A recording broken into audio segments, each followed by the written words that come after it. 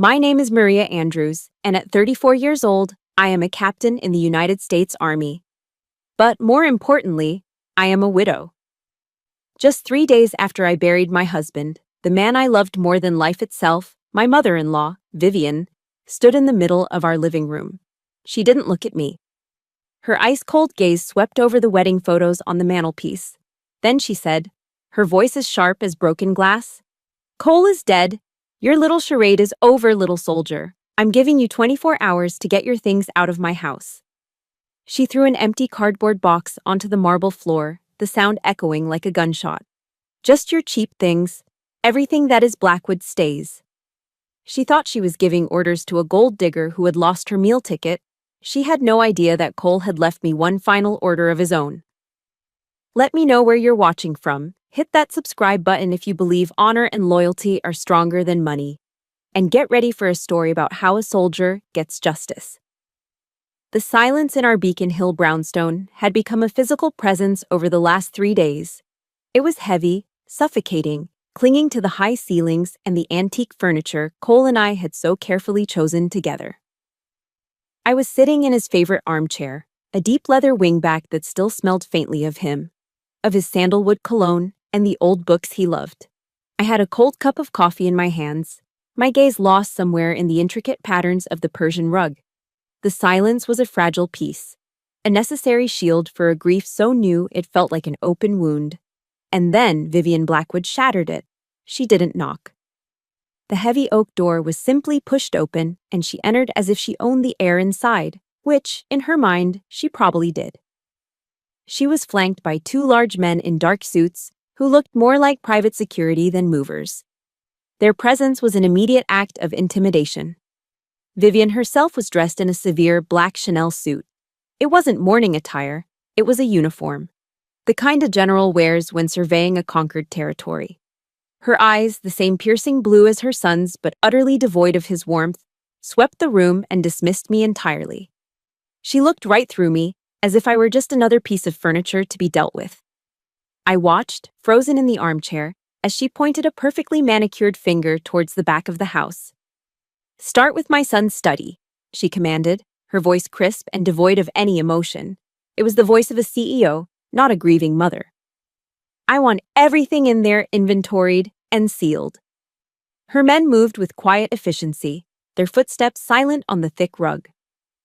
She treated me not as her daughter-in-law, the woman who had just lost a husband, but as an illegal occupant who needed to be purged. Every breath she took seemed to suck the warmth and oxygen from the room, leaving behind the chilling frost of absolute power. The air grew thin, and I had to consciously remember to breathe. My own voice, when I finally found it, was a broken thing, hoarse and cracked from days of unshed tears. "Vivian, please, Cole was just—" She cut me off with a flick of her wrist, a gesture of pure, contemptuous dismissal.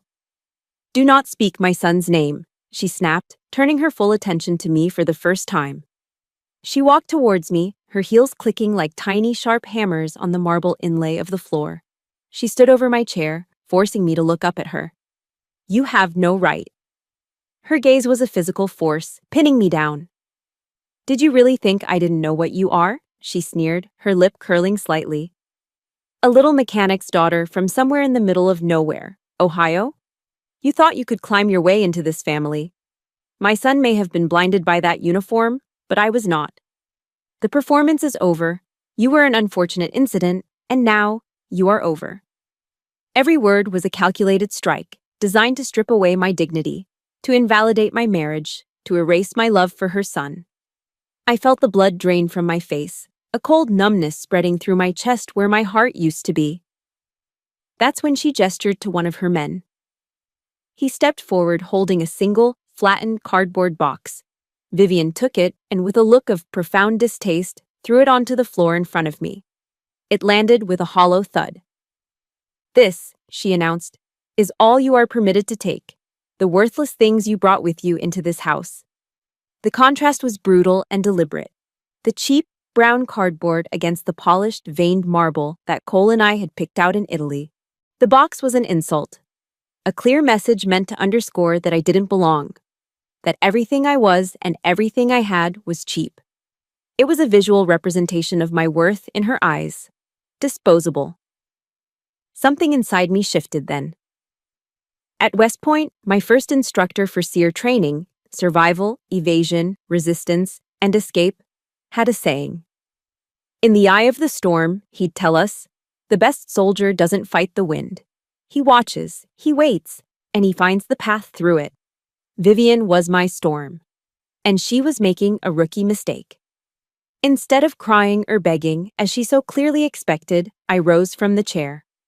I moved slowly, deliberately, my spine straight. I stood to my full height, meeting her cold gaze with an unnerving calm. My silence was heavier, more absolute than any scream could have been. In my eyes, the raw grief gave way to something else. Assessment. My training took over, overriding the pain. I was analyzing an adversary, logging her every move, her every word, her every vulnerability. I was no longer looking at a mother-in-law. I was looking at a target. Her perfectly composed face faltered for a fraction of a second. A flicker of irritation crossed her features. She wanted tears. She wanted a scene. She was getting steel instead. I bent down, my movements fluid and controlled, and picked up the empty box. I held it in my hands, feeling its flimsy weight. Then I looked straight back at her, my voice perfectly level, stripped of all emotion. Understood, I said. Orders received. She had made a fundamental tactical error. She had completely underestimated her opponent. She saw a grieving widow from Ohio. She failed to see a captain in military intelligence. Cole saw it. He always had. He'd seen it from the very first day I ever stood up to her. That single empty cardboard box in my hands felt heavier than it had any right to be. It was a flimsy weapon, but it had landed its blow, tearing open the past and pulling me back 5 years, to the very beginning. To the day I met Cole Blackwood. It wasn't a romance that brought us together, it was a security threat. I was a captain then too, briefing high-level corporate targets on potential vulnerabilities. I walked into his corner office overlooking Boston Harbor in my Army service uniform, my report tucked under my arm. He wasn't what I expected. The heir to the Blackwood Empire, I'd pictured someone older, softer. Instead, the man who stood to greet me had a kind, intelligent face and an air of quiet exhaustion, as if he'd been fighting a long, silent war. I gave my briefing, direct and to the point. I outlined how a rival corporation was using industrial espionage to target one of their subsidiaries. He listened intently, not with the defensive posture of a typical CEO, but with the focused attention of a commander receiving battlefield intelligence. When I was done, he didn't question my findings. He simply pushed my report to the side, leaned forward, and looked at me with a startling intensity. "Captain," he said, his voice thoughtful, "have you ever considered commanding a campaign in the civilian world?" I was taken aback. "Sir?" "I'm under siege here," he explained, a wry, tired smile touching his lips. "Corporate politics, hostile takeovers, and the commanding general of the opposing force is my own mother." He saw the surprise on my face and nodded. "I need a chief of staff, someone who can see through the chaos and map out a strategy, someone who isn't afraid of a fight." He wasn't just offering me a job. He was recruiting an ally. That was Cole. He didn't see a woman or a soldier. He saw a strategist, a partner. He saw me. And that was the moment a different kind of campaign began. A few months later came the inevitable trial by fire, dinner with Vivian. She didn't deign to have us at her home. Instead, she chose the Somerset Club on Beacon Street, a place so steeped in old Boston Brahmin tradition that the air itself felt heavy with the weight of forgotten fortunes and unspoken rules. It was a fortress of old money, and I, in my simple black dress, was the barbarian at the gate. The dining room was hushed, all dark wood paneling and oil portraits of stern-faced men who had probably owned half of New England. The clinking of silverware on porcelain was the only sound. The cozy intimacy of a family dinner, this was not. It was an interrogation. Vivian didn't ask about my hobbies, my interests, or my job beyond what Cole had told her. She conducted a surgical dissection of my pedigree. So, Andrews, she began, not even bothering with my first name. She swirled a glass of deep red Barolo, the wine itself probably costing more than my father's weekly paycheck. Your family is from Ohio, I understand. I hear it's mostly farms out there. I remembered my dad's words as I'd been getting ready for the dinner, his voice warm over the phone. Don't ever be ashamed of hands calloused from honest work, Maria. Shame is for those who do nothing at all. I held on to that thought like a shield. My father is a mechanic, and my mother is a nurse, I answered calmly. Vivian raised a perfectly sculpted eyebrow. A mechanic? And a nurse? How quaint. The word dripped with condescension. They must be so terribly proud that you managed to get out. Every word was a precisely aimed dart, designed to mark me as an outsider, an inferior specimen who had somehow wandered into her rarefied world.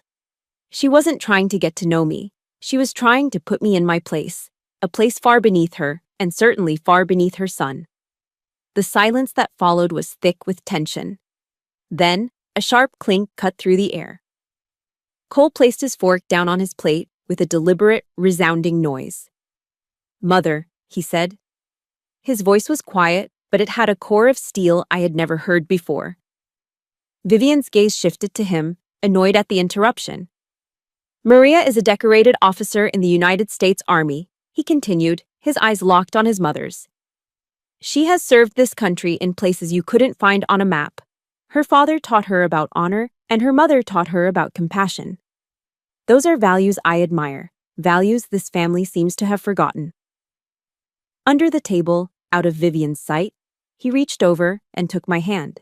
His grip was firm, a silent message of unwavering support. And I love her, he said, his voice leaving no room for argument. If you can't respect that, and respect her, then this will be our last dinner together. The rest of the meal passed in a frigid, suffocating silence. It was the first time I'd ever seen anyone stand up to Vivian Blackwood. She was furious, not with the explosive anger of a tantrum, but with the cold, silent rage of a queen whose authority had been challenged. Later that night, Cole took me to the rooftop of the Blackwood Corporation building. The city of Boston spread out below us, a glittering tapestry of lights against the dark water of the harbor. The cool night air was a relief after the stifling atmosphere of the club. I'm sorry, he said, his hands in his pockets as he stared out at the view. For her. I shook my head, my military training a strange comfort in that moment. A hostile environment was something I understood. Cole, I said, a small smile playing on my lips. I've faced tougher generals than your mother. He turned to me and laughed, a genuine, relieved sound that echoed in the quiet of the rooftop. That, he said, stepping closer, is exactly why I love you. You're not afraid. He reached into his jacket pocket and pulled out a small velvet box. My breath caught in my throat. He opened it, and inside, nestled on a bed of white satin, was a vintage engagement ring. A magnificent sapphire, deep and blue as the midnight sky, was flanked by 2 diamonds. This was my grandmother's, he said softly. She was the real deal. Built a life based on integrity, not just inheritance. He looked from the ring to my eyes. I don't want that life anymore, Maria. The fake smiles, the backroom deals, the constant pretense. I want a real life. With you. He paused, his expression vulnerable and completely open. Will you be my teammate? He didn't ask me to be his wife, not in the traditional sense. He asked me to be his teammate, his partner, his ally. In that moment, high above the city, we weren't a CEO and a captain. We were just 2 people who had found refuge in each other, forging an alliance against a world that neither of us truly belonged to. I looked down at the ring, then back at his face, and I said yes. That sapphire was his promise of a real life. But to Vivian, it was never a blessing. It was a declaration of war. When Cole told his mother we were engaged, she offered no congratulations. There was no feigned smile, no hollow pleasantries. There was only the cold, hard reality of her disapproval. He had gone to her office alone, a courtesy he felt he owed her. He later told me she was sitting in her leather throne of a chair in her penthouse office, gazing out at the panoramic view of the city she considered her kingdom. She didn't even turn to look at him. "I will not be attending this circus," she stated, her voice as flat and gray as the winter sky outside. "The Blackwood name will not be disgraced by a wedding to a soldier." Finally, she swiveled her chair to face him, her expression unreadable. "But I will offer her an honorable exit." She opened a drawer in her massive mahogany desk. "I will write her a check. 7 figures. Enough for her and her entire family of mechanics to live comfortably for the rest of their lives. Tell her to consider it a severance package." A severance package. That's what our love was to her. A business transaction that had run its course. It wasn't just an insult, it was a declaration of war. It was Vivian's way of saying that in her world, everything and everyone had a price tag. Cole walked out of that office without another word, and in that moment, the final bridge between their worlds was burned. We decided then and there that our wedding wouldn't be for her, or for Boston society, or for the Blackwood name. It would be for us. It would be real. So instead of a lavish 1,000-guest affair at the Four Seasons, we chose a small white clapboard chapel in Chatham, on the elbow of Cape Cod. It stood on a bluff overlooking the Atlantic, so close you could taste the salt in the air and hear the constant, rhythmic crash of the waves against the shore. It was simple, historic, and honest. It was everything Vivian's world was not. The night before the wedding, as Cole and I sat on the porch of the small cottage we'd rented, he read to me from a book of poetry. He found William Ernest Henley's Invictus, and his voice was steady and strong in the twilight as he read the final lines. "I am the master of my fate. I am the captain of my soul." It became the unspoken theme of our marriage, a quiet vow we made to each other before the official one. Our wedding day was perfect. My parents and my 2 younger brothers made the 12-hour drive from Ohio, their minivan packed with coolers and heartfelt, handmade decorations.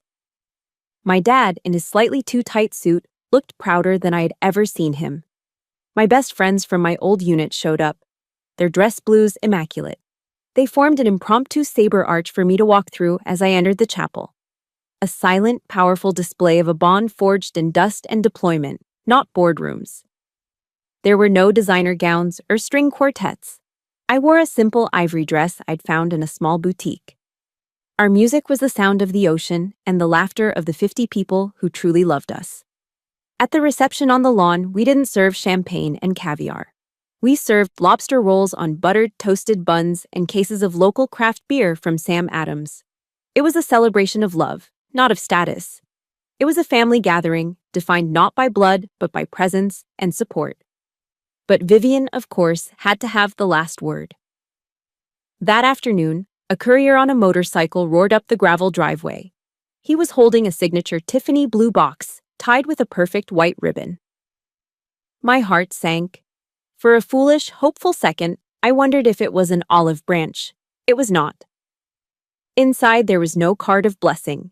Instead, there was a set of exquisitely cut crystal champagne flutes, the kind you'd see in a palace, and a small, elegantly engraved card. It contained a single, chilling sentence. "Congratulations on getting what you wanted. VB." The gift wasn't a truce. It was a final, parting shot. A condescending, cynical reminder of the class divide she was so desperate to maintain. It was her way of saying, "You may have my son, but you will never, ever be one of us." Cole took the box from my hands. He didn't smash the glasses or curse his mother's name. He just looked at the box for a long moment, his expression hardening. Then, without a word, he walked inside and quietly placed it in the back of a closet, shutting the door. That simple, silent action said everything. His mother's world, with its transactional relationships and its empty, expensive gestures, was no longer his. He had closed the door on it for good. The war, however, was just beginning. A week later, we were back in our home in Boston. Vivian called. I was across the room, but I could hear the venom in her voice, sharp and clear through the phone's receiver. "You've chosen your side, Cole." "Fine," she spat. "But you remember this. The Blackwood Corporation is mine. Everything you have because I gave it to you. And what I give, I can take away. Don't you dare think that little girl can protect you from me. It wasn't the voice of a wounded mother. It was the cold, calculating threat of a business rival. The lines had been drawn. The silent conflict was now an open war. I have to ask, if you've ever had someone in your life try to put a price tag on your happiness or your love, please hit that like button so I know I'm not alone.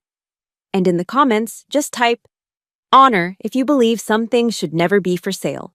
That belief was the only armor Cole and I had as we walked into the storm she was about to unleash. After Vivian's threat, the air in our Boston home felt charged, heavy with the unspoken reality that we were living on a battlefield. We needed a retreat. We needed a sanctuary. We found it that November, not in some exotic resort, but in a small, bustling house in the heart of Ohio. Cole had never experienced a Thanksgiving like it.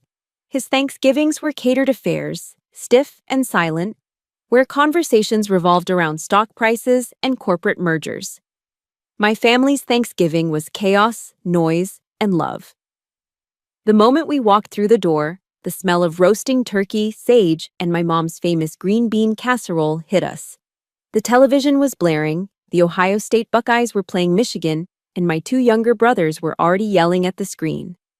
My dad immediately pulled Cole into the garage to look at a sump pump that was acting up, treating him not as the CEO of a multi-billion-dollar corporation, but just as another guy who might know a thing or two about motors. I watched Cole as he stood in my childhood kitchen, a dish towel slung over his shoulder, genuinely fascinated as my mom showed him how to make her pumpkin pie from scratch. Later, I saw him out in the backyard, his suit jacket off and his sleeves rolled up, tossing a football with my brothers. He was laughing, a deep, carefree sound that I rarely heard in Boston. At dinner, we all squeezed around my mom's extended dining table. No one asked Cole about his portfolio. They asked him about his stories, his dreams, what it was like to grow up in a house that looked like a museum. He, in turn, asked my dad about the years he spent working at the Ford plant and my mom about her toughest shifts as an ER nurse. For the first time, I saw the tension leave his shoulders. He wasn't a Blackwood heir. He was just Cole. He was part of a real family. While he was there, he found a book on local history on my dad's bookshelf. He became captivated by the stories of the pioneers who settled the Ohio River Valley. People who built communities from nothing but grit, trust, and mutual support. This is the real America, he told me one evening, his eyes shining with an almost reverent light. He saw a strength in my family's world that his had never known. A wealth not measured in dollars, but in connection. That night, after everyone else had gone to bed, my dad found Cole sitting on the front porch swing. I watched from the doorway as Dad handed him a bottle of Sam Adams, the same Boston lager Cole was used to, but it felt different here. Dad sat down beside him, the old wooden swing creaking softly. For a long time, they just sat in silence, watching the fireflies flicker in the yard. "I know you come from a different world, son," my dad said finally, his voice low and steady. He looked over at Cole, his gaze direct and honest. "And I'm not gonna pretend I understand it, but I see the way you look at my daughter. She's been through a lot. She needs a teammate, not a boss. You that man?" Cole met his gaze without hesitation. "Sir," he said, his voice thick with emotion, "I will spend the rest of my life trying to be." My dad nodded slowly, a small smile touching his lips. He reached over and clapped Cole firmly on the shoulder. "That's good enough for me," he said. "Welcome home, son." That simple phrase, "welcome home," was something Cole had craved his entire life and never received from his own family. In that moment, on a quiet porch in Ohio, he found it. My other family, my military family, was also there for us. My best friend, Sergeant Sarah Jenkins, who'd been with me through 2 tours in Afghanistan, would call regularly. She never asked about the Blackwood drama. She didn't need to. Her questions were more important. "Status check, Captain. Morale holding steady. You need fire support?" Our conversations were a shorthand of shared experience, a language forged under pressure. Sarah was my rear guard, a constant reminder of the strength I owned, a strength that had nothing to do with money or status. She'd always end her calls the same way. "Remember, Maria, I've always got your 6. Having a family that had your back, that would stand with you no matter what. It changed Cole. After that trip to Ohio, he became more resolute. He started quietly moving his personal assets, setting up private trusts, making strategic financial moves that, at the time, I didn't fully understand the purpose of. He was fortifying our position, preparing for a siege I didn't even know was coming. One evening, a few weeks later, we were sitting on the couch in our living room in Boston, looking through the photos from our trip. There was one of him and my brothers, all three of them covered in mud, grinning at the camera. He paused on that picture, a soft smile on his face. He turned to me, his expression serious. "You and your family," he said, his voice quiet but filled with conviction. "You showed me what a real life is supposed to feel like. I will never let anyone, not even my mother, take that away from us. I promise you." That promise, made in the quiet of our home, felt more binding than any legal contract. It was the oath of a soldier to his teammate, a vow to protect the small, warm sanctuary they had built together, no matter the cost. The promise Cole made to me that night, surrounded by the warm glow of our shared memories, became the last good moment. It was the final pocket of peace before the world imploded. The call came on a Saturday. I was at Fort Devens for a weekend reserve training exercise. I was in the middle of a land navigation course, the familiar weight of my pack, a strange comfort, when my commanding officer pulled me aside. He had a satellite phone in his hand, his expression grim. The voice on the other end was a Massachusetts state trooper. He was professional, his tone calm and measured, but every word he spoke was a piece of shrapnel tearing through me. "Ma'am, there's been an accident on the I-90, a semi jackknifed in the storm. We're so sorry." The world didn't just stop, it ceased to exist. The trees, the damp earth, the shouts of other soldiers, it all faded into a roaring, colorless void. I don't remember the drive back to Boston. I only remember the hypnotic, merciless rhythm of the windshield wipers fighting against the driving rain, their monotonous swish-swish keeping a cruel beat with the silent sobs trapped in my chest. He's gone. He's gone. He's gone. By the time I reached the hospital, it was over. A kind, tired-looking doctor led me to a small, sterile room and confirmed what the roaring in my ears was already telling me. Cole was gone. My teammate, my ally, my husband. Gone. The first rule of SEER training is to assess the situation. But there was nothing to assess. There was only a gaping hole where my future used to be. The second rule is to control your emotions.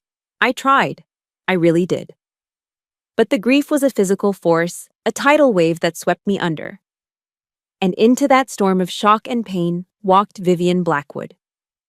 She arrived at the hospital not with the open arms of a grieving mother, but with the brisk efficiency of an event planner. She carried a leather-bound notebook and a Mont Blanc pen. Her eyes, dry and sharp, scanned the room and barely registered my presence. She ignored my swollen, red-rimmed eyes and the tremor in my hands. She was already in command mode. "The funeral will be at Trinity Church in Copley Square," she announced to the empty room, as if issuing a press release. "I've already spoken with the bishop. The press will be notified at the appropriate time." My voice was a faint whisper. "Vivian." "No." Cole wanted a small service. Just family, he told me. She finally looked at me, her expression one of utter disdain, as if I were a bothersome insect. "Cole was a Blackwood," she declared, her voice like chipping ice. "He will have a funeral befitting that name. You," she added, her eyes narrowing, "have no say in the matter." And just like that, my grief was hijacked. She stole our tragedy and turned it into a high society spectacle. Cole's funeral became a PR event for the Blackwood Corporation. I had to stand in the front pew of that cavernous, historic church, a sea of Boston's elite behind me, and listen to strangers eulogize my husband as a business asset, a corporate legacy. They spoke of stock values and acquisitions. Not one of them mentioned his kind heart, his quiet laugh, or the way he'd read poetry to me on a porch in Cape Cod. I was a prop in the theater of her grief, a widow in a black dress playing a part. The moment the last guest offered their hollow condolences, Vivian's next campaign began. I went home, desperate for the sanctuary of our quiet brownstone, aching to curl up in his armchair and just breathe in the last remnants of him. But our home was no longer a sanctuary. It was an occupied territory. A team of movers was already there, methodically packing Cole's belongings into boxes under Vivian's watchful eye. His books, his records, the worn leather briefcase he'd carried every day. All of it was being erased. "These items are going into a secure storage facility," Vivian informed me, her tone final. "I will decide what to do with them later." She then held out a thin white envelope. Inside was a one-way plane ticket to Columbus, Ohio, for the next day. "I think it's best you return to your own people," she said, the words coated in a thin veneer of false concern. "There's nothing left for you here, Maria." It was a systematic, ruthless purge. She wasn't just removing his things. She was trying to scrub the last 4 years of his life, my 4 years, from the record. But something in me broke through the fog of grief. It was the third rule of SEER training: survive. "No," I said, my voice quiet but firm. "This is my home. I'm not leaving." The next day, I met with a lawyer, a friend of a friend from my unit. When I returned that afternoon, the key no longer fit in the lock. My security card was useless. The small green light on the panel remained stubbornly red. She had changed the locks.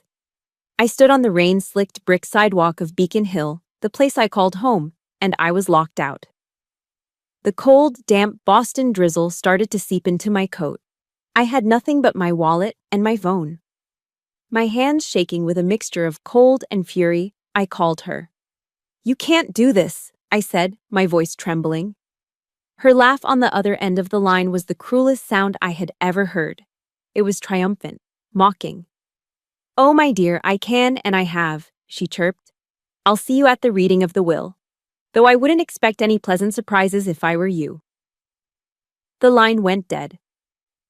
I stood there in the chilling rain, locked out of my home, locked out of my life, with nothing but her taunting words ringing in my ears. The grief was still there, a raw, screaming agony. But now it had a companion. A cold, hard, and dangerously focused rage. The battle lines had not just been drawn, they had been fortified. And I was on the outside. The law offices of Martin Reeves felt like a neutral zone in a long and bitter war. Located in a historic Beacon Hill building, the room was a sanctuary of old-world gravitas. The air smelled of aged leather, lemon oil polish, and old paper. Floor-to-ceiling mahogany bookshelves lined the walls, filled with legal tomes that seemed to absorb all sound, creating a heavy, expectant silence. High on one wall, a portrait of Supreme Court Justice Oliver Wendell Holmes, Jr. stared down, his gaze a stern reminder of order and consequence. The conference room table was a vast expanse of polished wood that reflected the dim light. It was less a piece of furniture and more a battlefield map. On one side sat Vivian Blackwood, flanked by her team of 3 corporate lawyers from Ropes and Gray, her general staff. She was the picture of arrogant confidence, dressed in a navy blue suit with a diamond brooch pinned to the lapel. She didn't look at me. Instead, she impatiently shuffled through a stack of papers, occasionally tapping a perfectly manicured nail on the table's surface. To her, this was a mere formality, the final administrative step before she could consolidate her power and erase me completely. She was certain she had already won. I sat on the opposite side, alone. I had chosen my clothes carefully that morning, a simple, well-tailored charcoal gray suit. It was professional, understated, and anonymous. It was my armor. As she reviewed her documents, I reviewed her. I noted the slight tension in her jaw, the dismissive way she waved off a comment from one of her own lawyers. She was radiating smug certainty. It was her greatest weakness. Just before the proceedings began, she deigned to speak in my direction, though she addressed her lead counsel. "I hope she isn't expecting much," Vivian said, her voice loud enough for the entire room to hear. Cole knew his duty to this family. Martin Reeves, Cole's personal attorney for years, entered the room and took his seat at the head of the table. He was an older man, perhaps in his late 70s, with kind eyes that held a sharp, intelligent glint. He nodded solemnly to me, then to Vivian. He placed a thick document, bound in a blue legal cover, on the table in front of him. "We are gathered today," he began, his voice a calm, steady baritone, "to read the last will and testament of Cole Porter Blackwood." The air thickened with animosity. Mr. Reeves adjusted his spectacles and began to read. His voice was methodical, a slow, deliberate cadence that built the tension with every word. The will started with minor bequests, donations to a few local Boston charities Cole cared about, a vintage watch to his best friend from college, a few other sentimental items. Vivian's impatient tapping grew slightly faster. This was all just noise to her. She was waiting for the main event, the transfer of the empire. Then Mr. Reeves cleared his throat and read a new clause. "To my mother, Vivian Blackwood," he read slowly, "I leave my great-grandmother's collection of Impressionist art, with the hope that its beauty may remind her of the legacies that cannot be measured in monetary value." The tapping stopped. Vivian's brow furrowed. It was a subtle, exquisitely crafted insult, and she knew it. Cole was reminding her, from beyond the grave, of the very values she had accused me of lacking. One of her lawyers shifted uncomfortably in his seat. Mr. Reeves paused for a moment, letting the words settle in the silent room. He took a sip of water. Then he continued to the final, critical section. "All the rest, residue and remainder of my estate, including all personal property, all investment holdings, and, most importantly," he paused, his eyes lifting from the page to briefly meet mine, "my entire controlling interest of 42% of the shares in the Blackwood Corporation, I leave to my beloved wife, Captain Maria Andrews." Silence. It was not a normal silence. It was an absolute void, a vacuum where sound ceased to exist. Vivian's face, which had been a mask of smug composure, froze. The color drained from her cheeks, leaving behind a pasty, mottled white. Her lawyers sat as if turned to stone, their mouths slightly agape. I heard a soft click, followed by a clatter, as one of them dropped his expensive pen onto the hardwood floor. Vivian's head snapped towards me, her eyes wide with a mixture of disbelief and pure, unadulterated hatred. "No," she hissed, the word a ragged tear in the silence. "That's impossible. He would never." "What did you do to him?" Mr. Reeves continued, his voice as calm and unflappable as if he were reading a weather report. "The will is signed, witnessed, and legally sound, Vivian. Cole made these changes 6 months ago." He looked directly at her now, his kind eyes turning to steel. "As the majority shareholder, Mrs. Andrews now holds the decisive vote in all corporate matters." The bomb had detonated. The battlefield had been instantly reconfigured. In the space of a single sentence, the entire balance of power had irrevocably shifted. I, the woman who had been locked out of her own home, now held the keys to the entire Blackwood empire. Vivian staggered to her feet, her chair scraping harshly against the floor. She pointed a trembling finger at me, her face contorted in a mask of rage. "This is not over," she snarled. "I'll sue. I'll fight this. I will ruin you." She stormed out of the room, her legal team scrambling to gather their papers and follow in her wake like a scattered, defeated army. I remained seated, the sound of my own heart hammering against my ribs. I stared at the copy of the will that Mr. Reeves had slid across the table to me. My eyes traced the elegant, familiar signature at the bottom. Cole's signature.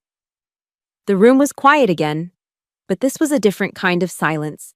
It was filled with the weight of what had just happened, the enormity of the trust he had placed in me.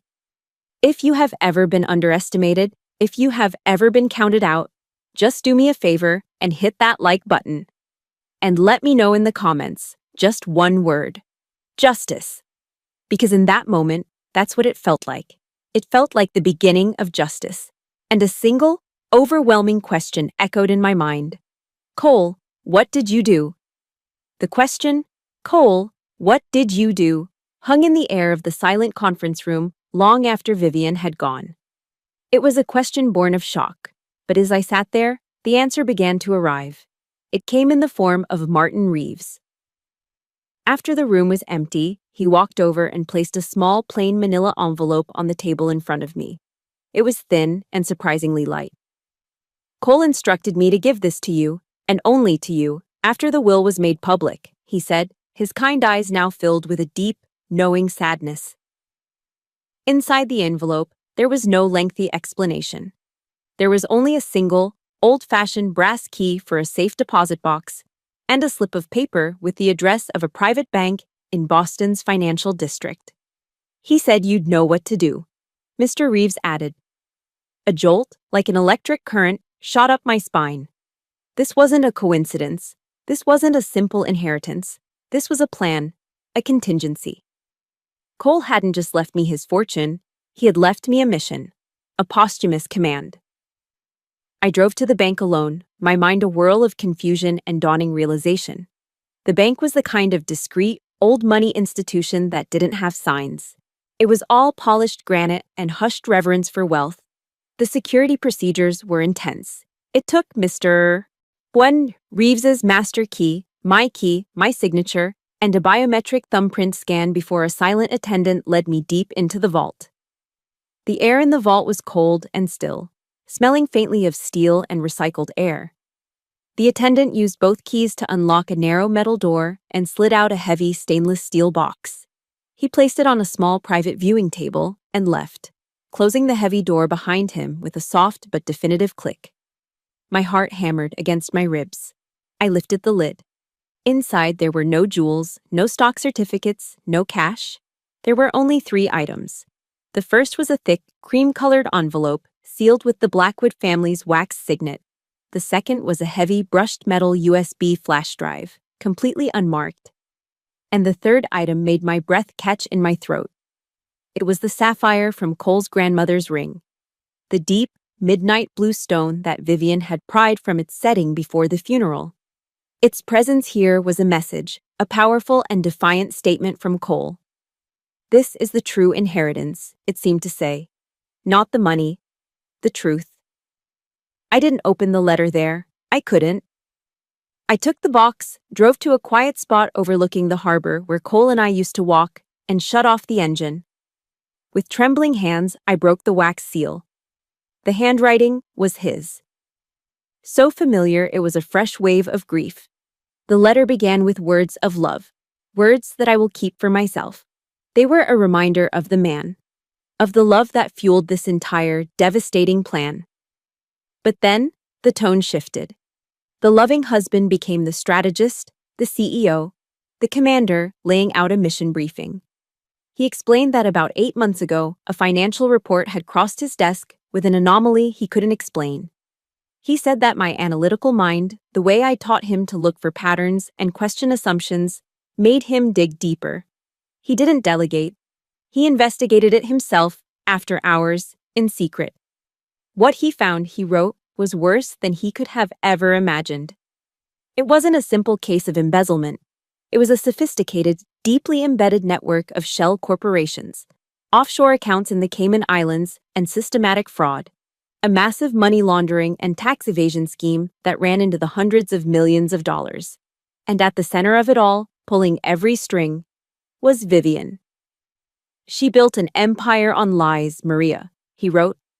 And I could feel the agony in his words, the heartbreak of a son discovering the true nature of his own mother. An empire that was poisoning everything it touched. I couldn't be a part of it anymore. I confronted her. She laughed. She told me it was how the real world worked and that it was time I grew up. He had known then that she would never stop. He began gathering evidence, creating a meticulous, undeniable record of her crimes. I knew what she would do if anything ever happened to me. The letter continued. And this is where the words blurred through my tears. She would try to destroy you, to erase you, to pretend you never existed. She fears you, Maria. She fears you because you represent a world of honor and integrity she can't buy or control. That's why I did all this. I've given you the power of the company, not for the wealth, but for the access.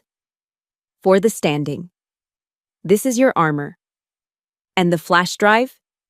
That is your sword. It has everything, he wrote. Encrypted bank records, transaction logs, names of the shell corporations, secret ledgers. It's our intelligence file. The letter ended not with a command, but with a question that placed the entire weight of his legacy, of his own moral struggle, squarely on my shoulders. It was the ultimate expression of his trust in me. Justice or mercy? The choice is yours. I trust your judgment, my captain. The tears that fell onto the page were not tears of grief or weakness. They were the tears of a soldier who had just received her final orders from the commander she loved and respected more than anyone. He had known his enemy. He had known his most trusted ally. As my old Sun Tzu textbook said, know your enemy and know yourself, and you need not fear the result of 100 battles. Cole had known. I folded the letter, my hands steady now. The grief was still there, a permanent ache in my soul.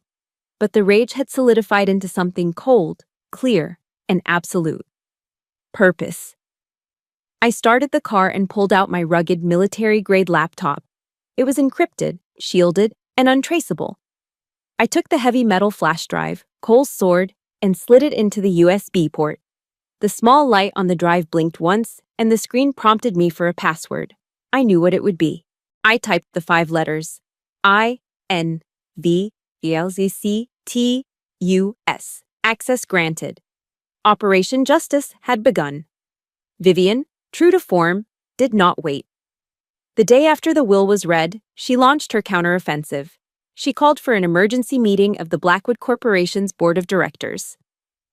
The agenda was simple, a vote of no confidence in the new majority shareholder. Her strategy was blunt force, to publicly declare me incompetent and legally sideline me before I could even find my footing. She spent the next 3 days calling every board member, poisoning the well. I knew exactly what she was saying, that I was an opportunistic gold digger, a grieving and unstable widow, a simple soldier who knew nothing of finance or corporate governance. She was counting on their loyalty, their old boys club solidarity, and their inherent prejudice against an outsider like me. But she made a critical error. She assumed I would be on the defensive. She had no idea that my own operation was already well underway. For those same 3 days, the small corporate apartment I was staying in became my command center. With Cole's intelligence file, his sword, unlocked, I didn't just have accusations. I had data. Using the skills the Army had taught me, I conducted a full intelligence analysis of the board, the 10 men and women who held the fate of the company in their hands. I profiled each one, their professional histories, their voting records, their personal investments, their loyalties, and, most importantly, what they truly valued. I quickly identified a faction of 4 board members who were holdovers from Cole's grandfather's era. These were people who had been loyal to the original Blackwood vision: innovation, integrity, and long-term, sustainable growth. They were increasingly disturbed by Vivian's aggressive, profit-at-any-cost strategy. They were my opening. I studied Abraham Lincoln's team of rivals, how he managed a cabinet of adversaries by understanding their motivations and appealing to their shared interests, not their fears. I would not threaten them. I would recruit them. I didn't call. A phone call could be dismissed. I arranged face-to-face meetings, one by one, in neutral locations, a quiet coffee shop in the back bay, a discreet corner table at a hotel bar. I didn't ask them for their vote. I didn't ask them to choose a side. Instead, I presented myself as a concerned shareholder, fulfilling her late husband's final wishes. To each of them, I laid out a concise, factual summary of Cole's concerns about the company's direction. Then, I showed them a single piece of evidence from the drive. A carefully selected, irrefutable transaction record linking the corporation to an anonymous shell company in the Caymans. It wasn't enough to expose the entire scheme, not yet. But it was enough to plant a seed of serious doubt, to prove that there was a credible, internal threat to the company's stability and reputation. I never mentioned Vivian's name. I didn't have to. I framed the issue not as a personal vendetta, but as a fight to protect the Blackwood legacy from corruption. I turned my private war into their battle, a fight for the soul of the company. Their friend, the elder Mr. Blackwood, had built.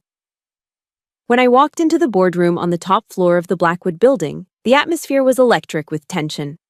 It was a vast, intimidating space, ironically nicknamed the War Room. with a floor-to-ceiling glass wall that offered a commanding view of Boston Harbor. I took my seat, not as the grieving widow Vivian had painted me to be, but as the company's single largest shareholder. Vivian began the meeting with a condescending speech about the need for experienced leadership and the dangers of emotional decision-making. It was a thinly veiled attack on my gender, my grief, and my background. She concluded by formally proposing a vote of no confidence to strip me of my voting rights on the board. A heavy silence fell over the room. This was the moment she expected her allies to fall in line. Instead, Arthur Vance, a kind white-haired man who had been best friends with Cole's grandfather, cleared his throat. "Vivian," he said, his voice calm but firm. "Perhaps before we vote on such a drastic measure, we should allow Mrs. Andrews to speak." All eyes turned to me. This was my moment. I stood up, not with a speech, but with a plan. On the room's large display screen, I presented a clear, coherent 100-day plan for the company. It was a strategy based on military precision. Phase 1, assessment, a full forensic audit. Phase 2, stabilization, restructuring of vulnerable departments. Phase 3, growth, reinvestment in innovation and R&D. The cornerstones of my plan were radical transparency and a return to the ethical principles the company was founded on. Vivian tried to dismiss it. "A lovely presentation from a complete amateur," she sneered. But it was too late. Another board member, a sharp woman named Eleanor Royce, whom I had met with, spoke up. "I find this plan to be comprehensive and exactly what this company needs to restore investor confidence." Then another, and another. Vivian looked around the table, her face a mask of disbelief. She was watching her power crumble in real time. The allies she had counted on were abandoning her, not for me, but for the logic and integrity of the plan I presented. She had lost control of the room. Arthur Vance called for the vote, but not on Vivian's motion, on a new one.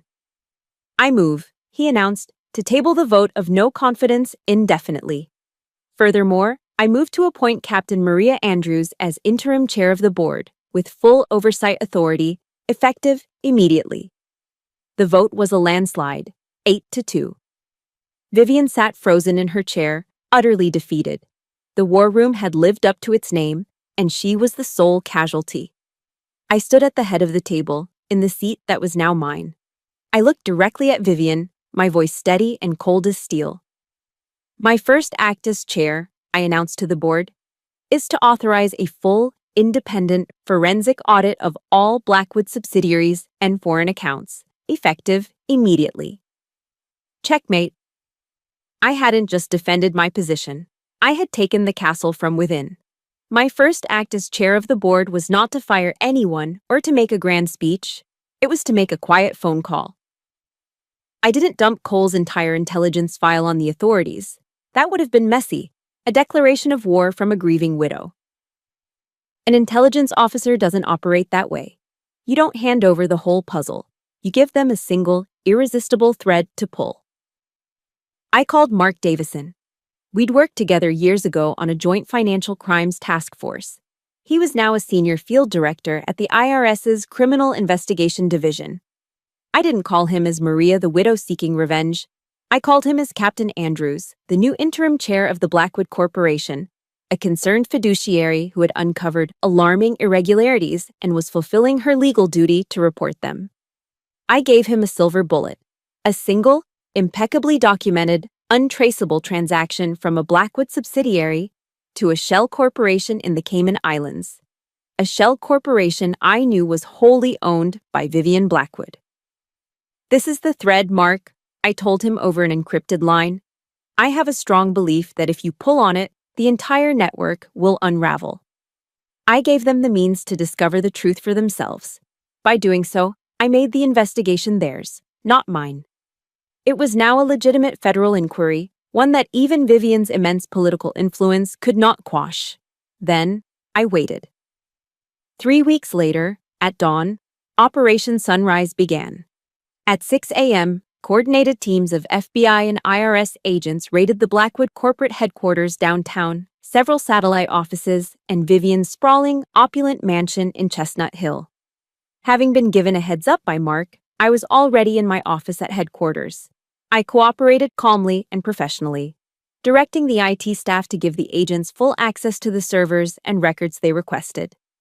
My role was simple: to be the responsible leader, cleaning house. Meanwhile, across town, Vivian was awakened not by her personal staff, but by the hammering of federal agents at her front door. The image, as it was described to me later, was symbolic of her entire downfall. The great Vivian Blackwood, standing in a silk nightgown and robe, her face a mask of shocked fury as agents put evidence tags on her priceless artwork and seized her personal computers. The empire of fear and secrets she had so carefully constructed was being dismantled, piece by piece, under the harsh, unflinching light of the law. Her frantic call came an hour later. Her voice was no longer the imperious command of a queen, but the terrified shriek of a cornered animal. "What have you done?" she screamed into the phone. "You've ruined this family." "No, Vivian," I replied, my voice cold and even. "You did that a long time ago. I just turned on the lights. I thought that would be the end of it. I would let the justice system do its work." But I had underestimated her capacity for self-preservation, her willingness to sacrifice anyone and anything to save herself. She played her final, most despicable card. Through her lawyers, she leaked a story to the press. The narrative was as cowardly as it was insidious. She was a trusting mother, betrayed. The complex financial schemes were the brainchild of her brilliant but reckless son, Cole. She had merely followed his lead, unaware of the illegalities. She was willing to desecrate the memory of her own dead son to save her skin. That was the breaking point. As an officer, I took an oath to support and defend the Constitution against all enemies, foreign and domestic. I realized in that moment that some of the most dangerous enemies aren't on a battlefield. They are the ones who corrupt our most sacred bonds of family and trust, the ones who attack the very principles of honor we are sworn to uphold. Vivian was such an enemy. I drove to her mansion. It was crawling with federal agents. I found her in the grand drawing room, a chaotic scene of open drawers and overturned cushions. She was sitting amidst the wreckage of her life. She looked up as I entered, her eyes burning with hatred. "Here to gloat?" she spat. "No," I said, my voice low and carrying an authority that silenced the room. "I came to deliver a final warning." I walked closer, standing directly in front of her. "I was prepared to let the legal system handle this, Vivian. I was prepared to allow you a quiet exit, to keep the worst of this from the public eye for the sake of the family name. I was even prepared to let you keep some small piece of your dignity." I paused, letting the weight of my words sink in. "But then you lied about him. You dared to tarnish his memory to save yourself." I took out my phone. I pressed play. Cole's voice filled the room, clear and strong from a phone recording. It was his last conversation with Martin Reeves. "She's a cancer, Martin," Cole's voice said, filled with a weary disgust. "The rot goes all the way to the core. We have to build a firewall, protect the company, and protect Maria. If anything happens to me, you know what to do." I stopped the recording. Vivian's face had gone completely white. "That was Cole's directive to his lawyer," I said, my voice dropping to a near whisper, but each word was a hammer blow. "If you ever mention his name again in connection with your crimes, if you so much as breathe a hint of that lie to another reporter or lawyer, that recording, along with the entire unredacted contents of the USB drive, will be sent to every major news outlet in this country. You won't just go to prison, Vivian. You will be known to the world, forever, as the criminal who tried to blame it all on her dead son." She stared into my eyes, searching for a bluff, for a flicker of weakness. She found none. And in that moment, she finally understood.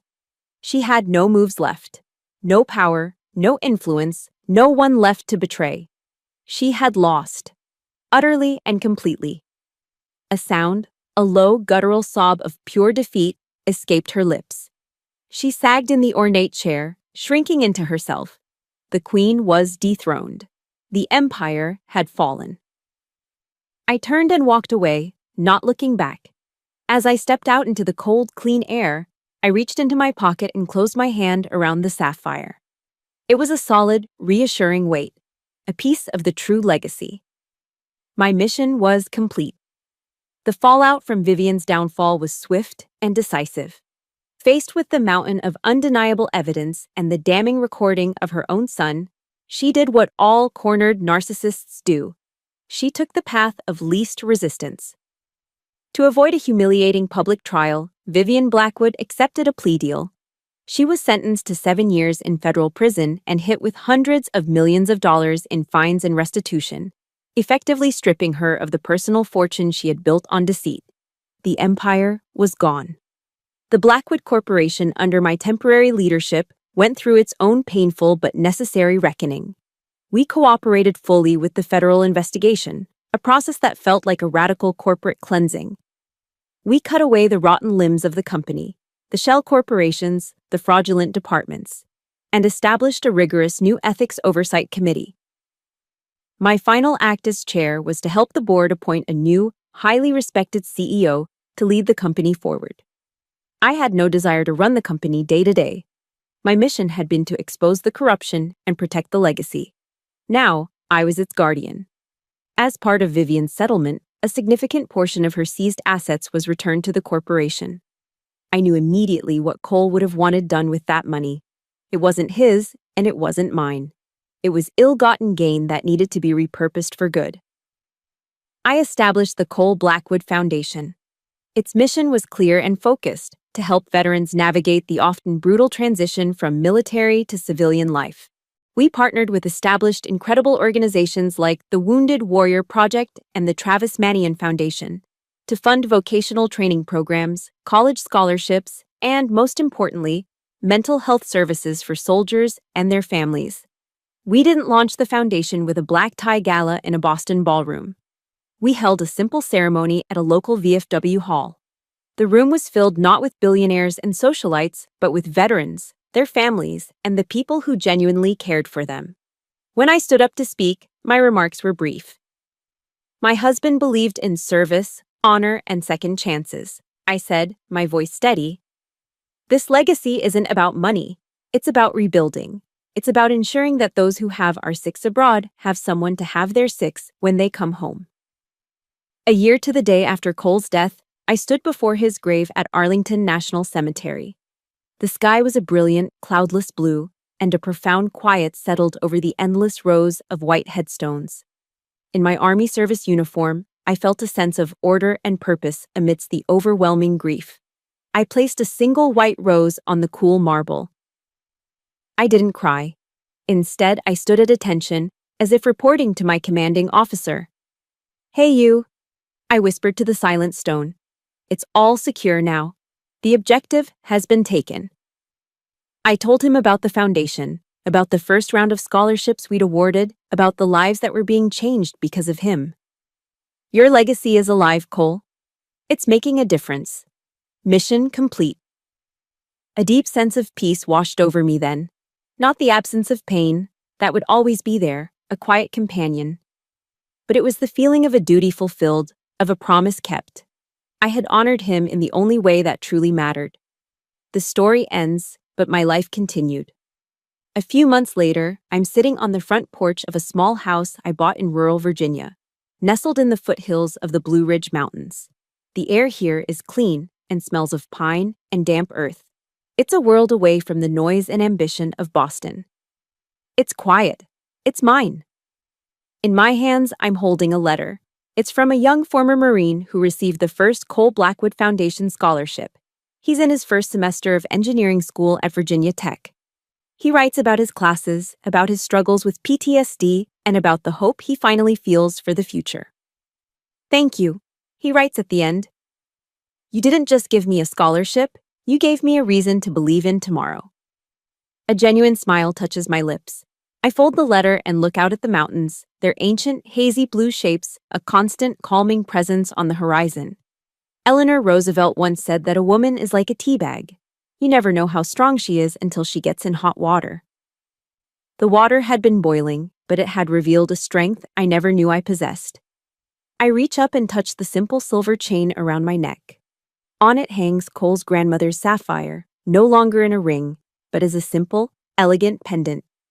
It catches the afternoon sun, sparkling with a deep, internal fire.